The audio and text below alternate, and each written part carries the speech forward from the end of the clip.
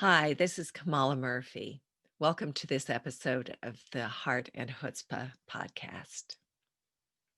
You may have expected to hear the She Moves Mountains podcast, but recently I have decided to take these recordings in a slightly different direction and have chosen Heart and Chutzpah as more meaningful to me. And the reason is that the I really want to have these episodes be about, having a big heart, being compassionate, but also being able to have chutzpah, which I know the dictionary calls it shameless audacity. But for me and for most of the women that I know, um, we carry a lot of shame, so shameless isn't going to be in it, but it's the audacity. So these episodes are meant to have us, you know, expand our hearts, expand our ability to be compassionate, and to have a strength and an audacity that we may have shied away from in the past. Most of us, have been good girls or good boys, and now is not necessarily a time for us to be um, stay in that mold of being good when what's being called for is a sense of audacity. So that's why been this change, that it just feels like I'm moving in a slightly new direction, and I'd love to have my listeners have that same experience. Again, having big hearts and tons of compassion, ability to heal and bring about more peace and love, and doing it in an empowered way, the chutzpah. So I wanted to just update you on that. I hope you enjoy these episodes. I know that I'm very excited about them. And today I'm recording this the week that we've had an election in the United States. And the other night I was having a dream, and in the dream I was really frustrated, and I was trying and trying to scream, but almost nothing was coming out. I just like ah, ah. And my husband woke me up and said, "Honey, you're moaning and you're thrashing. What's going on?" And it was startling to me because you know, there was such a sense of powerlessness. And that's sort of how I've been feeling after these elections.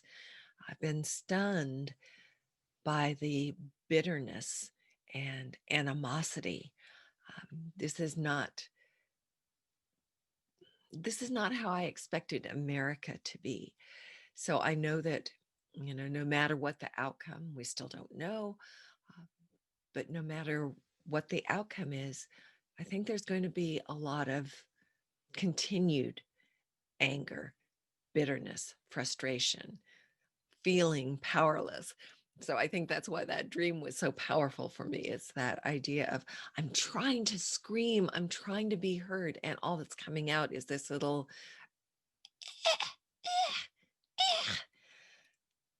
and there's that thrashing, that sense of powerlessness.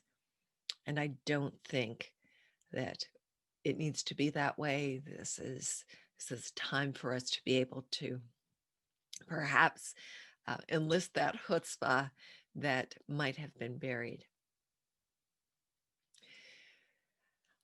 And today, because of everything that's been going on, there was one poem or prayer that I wanted to share. It was by Yeah, it was by Thomas Merton, who is a priest, mystic, and it pretty much, at least the first part of it, pretty much sums up how I've been feeling, and a lot of the women that I've been working with have been feeling. So I'm going to be reading this. It's called the Merton Prayer. There may be another name, but that's how I know it, the Merton Prayer.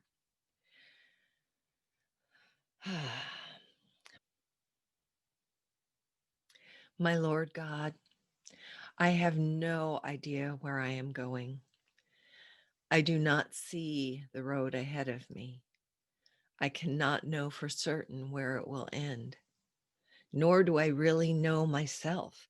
And the fact that I think that I'm following your will does not mean that I am actually doing so. But I believe that the desire to please you does in fact please you. And I hope I have that desire in all that I am doing. I hope I will never do anything apart from that desire. And I know that if I do this, you will lead me by the right road, though I may know nothing about it. Therefore, will I trust you always, though I may seem to be lost and in the shadow of death. I will not fear, for you are ever with me, and you will never leave me to face my perils alone.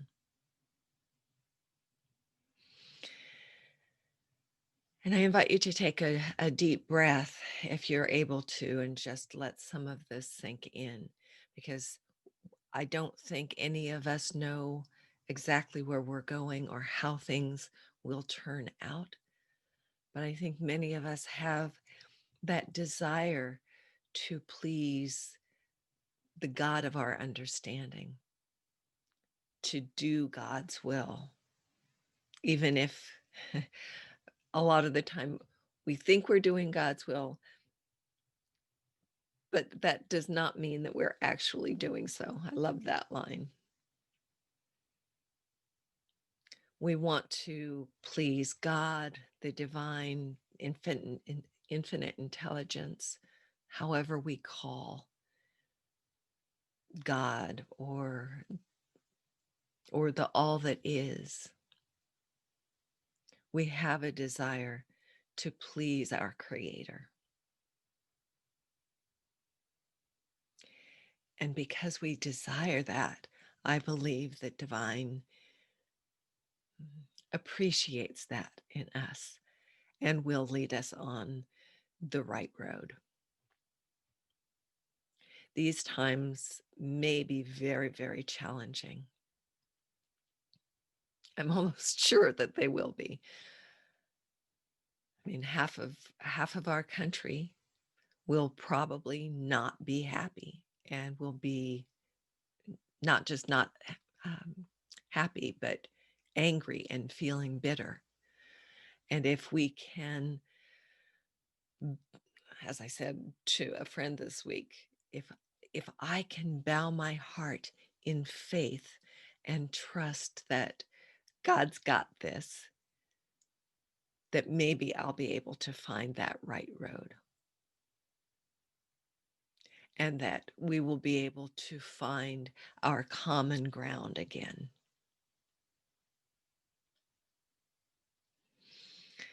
So that's what I have today.